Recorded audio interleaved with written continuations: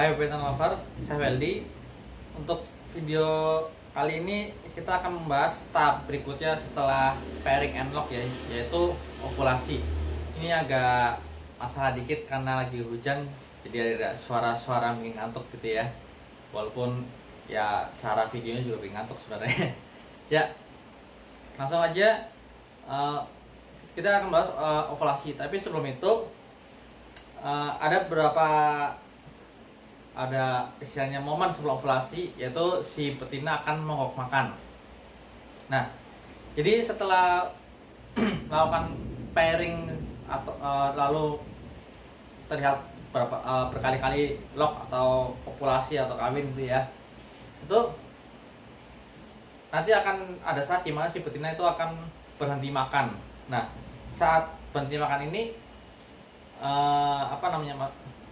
biasanya itu sekitar, kalau saya patokan kira-kira 1 bulan dia mau makan. Saya sudah langsung siap-siap untuk memperkirakan akan melihat sebuah ovulasi dari si betina tersebut gitu. Nah, tentang ovulasi itu mungkin yang bertanya berapa lama dan mungkin nggak sih untuk terlewatkan momen untuk melihat momen tersebut gitu. Oke, ovulasi itu bisa bertahan hanya sekitar 12 sampai 24 jam aja ya. Jadi bukan kondisi yang cukup lama gitu, enggak. Jadi saat ovulasi itu bentuk atau ukuran perut si betina itu bakal besar sekali. Jadi dia secara nalar ya, 1 bulan nggak makan, seharusnya kan perut dalam keadaan kosong. Tapi saat ovulasi tersebut, perut itu perut si balita ini terlihat seperti habis menelan red dengan ukuran yang sangat besar gitu. Mungkin hampir sebesar diameter kaleng Coca-Cola lah, perkiraan lah ya. Yang Coca-Cola yang besar ya, bukan yang slim ya. Nah, jadi kurang lebih seperti itu wujudnya. Dan setelah melewati durasi 12 sampai 24 jam tersebut, ukuran perut akan kembali ke ukuran normal, maksudnya kembali ke ukuran sebelum ovulasi ya, sebelum ovulasinya gitu. Nah, itu tandanya proses ovulasi sudah berhasil, karena sudah memasuki misalnya fase yang termasuknya bisa digunakan sebagai hitungan mundur untuk persiapan bertelur itu. Nah, lalu mungkin nggak sih ovulasi itu terlewat? Menurut saya mungkin. Memang ada yang berpendapat kalau ovulasi bisa sebesar itu ukuran perutnya, masa ya kelewat apa segala macam gitu ya. Nah, kebetulan di musim kemarin saya itu habis mengalami sendiri, saya terlewat ovulasi untuk satu betina, yaitu si normal ini. Nah, kenapa saya terlewat? Ya lagi-lagi seperti yang sudah saya ceritakan sebelumnya, yaitu karena asupan nutrisinya kurang. Jadi ini ceritanya, di saat si betina ini berhenti makan, saya otomatis kan memperkirakan bahwa wah sebentar lagi akan masuk fase ovulasi, karena sudah waktunya gitu ya. Nah, ternyata di tenggat waktu yang saya pikirkan akan ovulasi tersebut, si betina ini malah nelor. Jadi bisa dibilang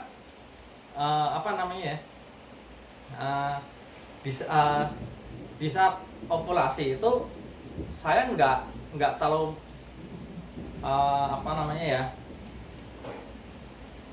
maksudnya nggak terlalu peka, karena ya masih makan aja gitu.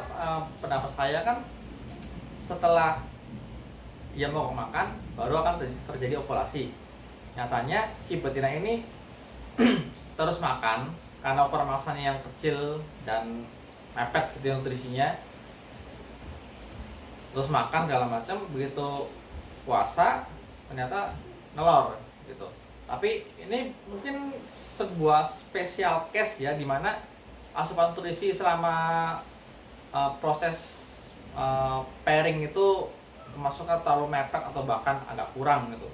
Tapi untuk biasanya ya seperti saya bilang tadi, di saat mulai mau makan 1 bulan tuh sudah mungkin bisa melihat perkiraan, udah bisa memperkirakan ovulasi gitu. Nah, di saat sudah terlihat ovulasi tersebut lah kita mulai bisa memperkirakan kapan ganti kulit, dan setelah ganti kulit kapan bertelurnya gitu. Jadi saat fase ovulasi ini juga kita sudah berhenti menyatukan si jantan dengan si betina ya. Jadi bahkan begitu dia puasa, kalau saya ya itu mau makan 1 atau 2 minggu itu masih di pairing. Nah, minggu ketiga kalau saya yakin perubahan bagian perutnya itu cukup signifikan, saya akan berhenti pairing. Jadi bisa dibilang 2-3 minggu sebelum proses ovulasi terjadi, saya sudah berhenti menyatukan si jantan dan betina tersebut gitu ya. Jadi bisa dibilang mulai masuk ovulasi ini itu mulai banyak faktor yang nggak bisa kita track 100% gitu. Jadi ada beberapa faktor yang ada suatu hal bisa bahkan membuat si babeton ini apa ya namanya ya, tidak sesuai apa yang kita inginkan gitu. Seperti saya mengalami kemarin, atau nelor, atau mungkin ya ada beberapa case nanti yang saya lanjutkan ke topik berikutnya aja. Jadi intinya ini faktor X di proses ini udah mulai terlihat ya. Sebenarnya udah dari topik sebelumnya, yaitu saat mulai pairing, karena ada hal yang nggak bisa kita kontrol 100% gitu. Tapi semakin sini akan semakin berperan faktor-faktor yang bisa mempengaruhi tersebut. Makanya saya selalu bilang itu untuk membeli babiton dari baby sampai dikawinkan itu adalah fase paling mudah untuk breed. Jika fase itu aja Anda mungkin nggak sabaran atau gimana, untuk kedepannya ya nyatanya emang banyak yang berhenti di tengah jalan gitu ya, karena nggak sesuai diharapkan.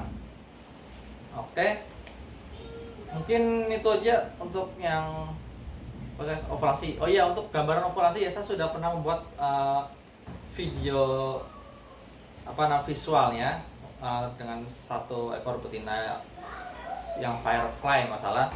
Anda bisa cek, atau mungkin nanti saya kasih link aja di deskripsi ya, biar lebih jelas untuk bentuknya. Kenapa saya nggak taruh di video ini ya, karena komputer saya lagi rusak, jadi ini saya nggak bisa ngedit yang sesuai keinginan gitu. Jadi ya terpaksa seadanya dulu aja ya. Sekian, sampai jumpa di topik berikutnya. Jangan lupa untuk babiton yang ready bisa cek Tokopedia sama Lokal Satwa, link ada di deskripsi ya. Ciao.